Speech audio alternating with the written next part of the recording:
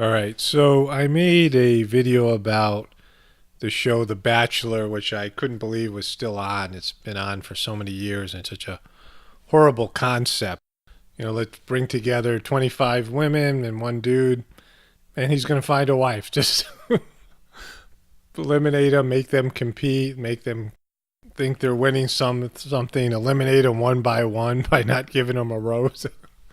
This is like some kind of bizarre, torturous idea, and it's completely staged and all these things. And last week they did this weird voodoo thing. They wrote out these voodoo rituals. So I checked it back out this week because they said they were going to continue the voodoo narrative. Of course they didn't. They always sort of use creative editing in the closing of these shows to keep people tuned in. So I watched it a little bit and I realized Nick, who's the bachelor, appears to be gay. He's very effeminate, and he has very, just not in terms of his bone structure, but in terms of the way he acts.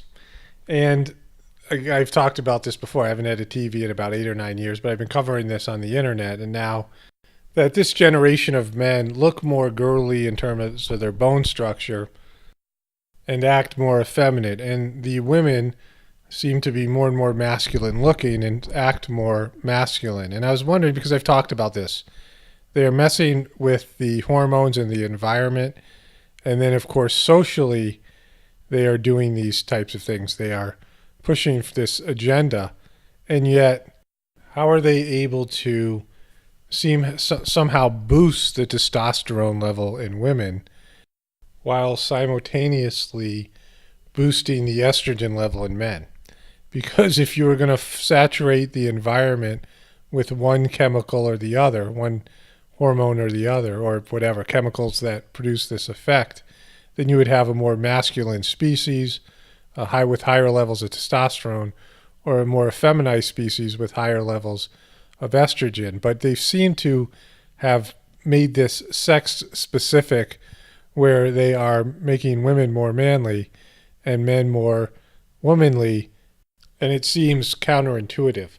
And when I thought about this, because I covered this in so many videos, and I had a different idea that came to me today, that there's going to be a point in the future when you're going to want men to be more manly and women to be more feminine and more motherly.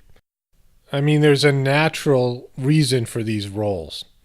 And in a healthy, functioning social system and a healthy, functioning family and a healthy, functioning relationship, these roles are paramount.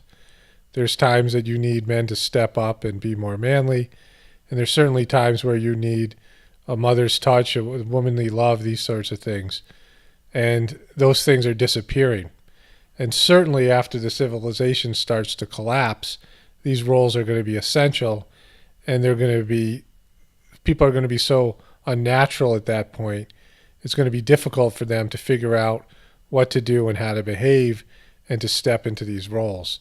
And so this is where they're just playing with something they shouldn't, because there's a brief period in history where we have an all-consuming system where these roles aren't as essential, but clearly in the future they will be.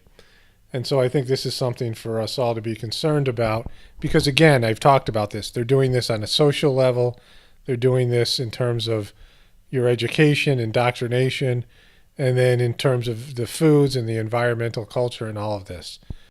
It's being swept away by a flood of gender fluidity. All right, so this is Paul Romano reporting from the apocalypse. Everybody have a wonderful night and a great day tomorrow.